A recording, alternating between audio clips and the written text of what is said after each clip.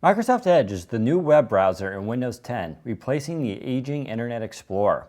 Microsoft Edge has a very clean and minimalist look. It blends in with the general UI of Windows 10. In fact, one could argue that it is too Spartan, pardon the pun, with little color or eye candy.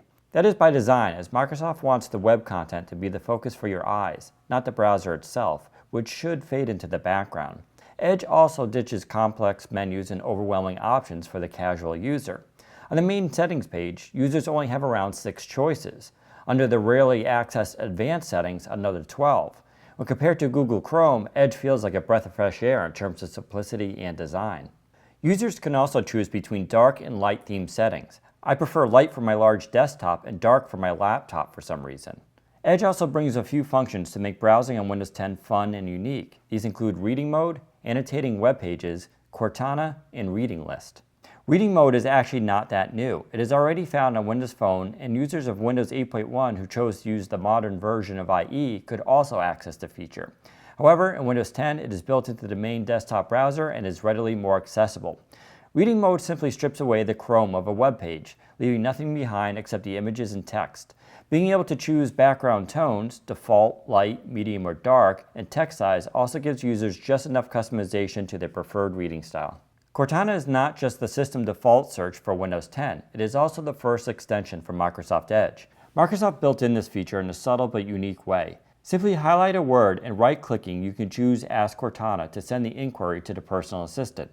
Likewise, users can type in weather in the address bar to bring up current conditions, do simple math, and more, saving you time without having to perform an actual search. Another feature Microsoft is introducing is the ability to bring up information about a location, such as a restaurant. When on the web page for an eatery, Cortana will subtly notify you that it has more information, including directions, hours of operation, and reviews. It's a clever usage of the assistant and in no way feels gimmicky.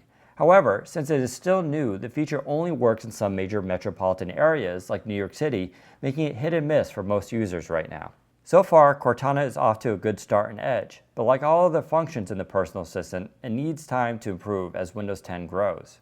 In Edge, users can enter into an edit mode that lets you draw on the web page if your device supports a pen, or use a keyboard to add notes.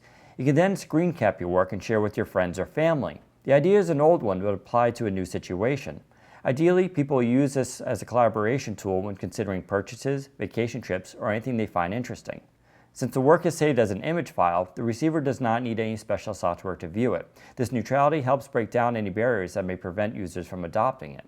I cannot say I'm a big user of annotations in Microsoft Office, OneNote, or now Edge, but I do see the value in its function. At least it's easy to use, unique, and it serves a purpose. Finally, another new feature in Edge is the ability to save a web page for later reading. This reading list is similar to other services that let you index articles instead of just bookmarking the page or website. To use reading lists, you just hit the favorites star, but instead of listing under favorites, you choose reading list instead. I like the idea of reading lists, which is why services like Pocket are popular. However, the implementation in Microsoft Edge feels half-baked at this time. For instance, there does not seem to be any real syncing between it and different instances of Edge on your other computers. So for now, your reading list appears to be local, which has to either be an oversight, a coming feature, or a bug. The browser itself is really good. I'm using it the majority of the time, even over Chrome. I still prefer Chrome for one reason: extensions. The good news here is that Microsoft is adding extension support, likely in October during the Wave 2 refresh for Windows 10. Unless you are married to Google and the tight integration of their services into Chrome, I see zero advantage in using it over Microsoft Edge once those extensions arrive.